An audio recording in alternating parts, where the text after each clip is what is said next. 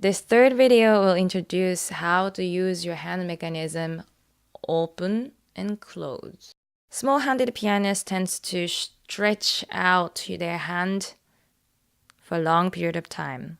The principle is to close your hand, or don't stretch your hand when you can afford to. I will show you when and how you can use this technique. Alberti Bass.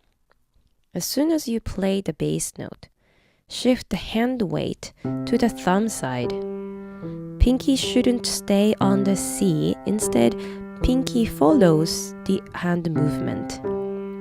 Because your thumb is shorter than the other fingers, make sure you tilt your hand slightly to the side.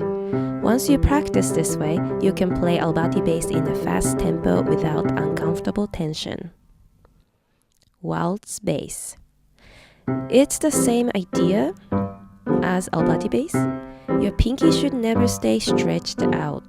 Instead of reaching to the chords, just jump to the chords. That way you can maintain a good hand shape. When you jump to the chord, use your thumb as a guide.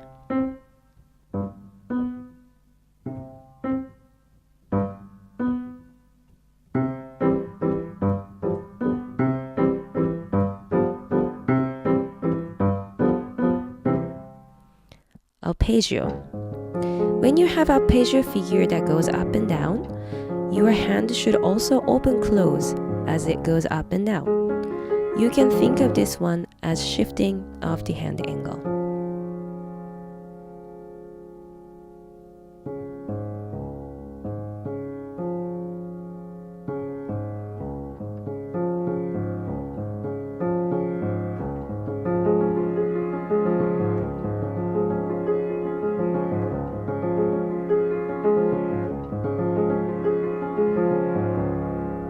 Fast rolled chords.